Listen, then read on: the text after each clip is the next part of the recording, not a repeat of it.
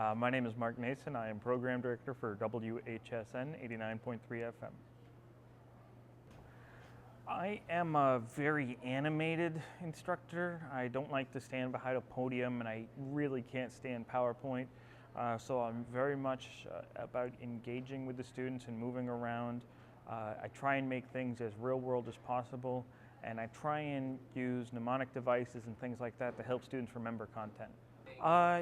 It's a different kind of beast than most college radio stations. WHSN's been the radio station for Husson University since 1974, but since 1986 it's been used as a working place for students studying radio broadcasting at NESCOM. So it's a very different kind of radio station because it's not extracurricular, it's not free-form.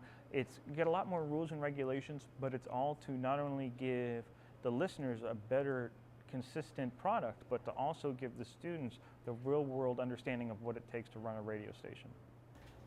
The two funniest things is that I was terrified the very first time I went on the air when I first worked at WHSN as a student in the 90s.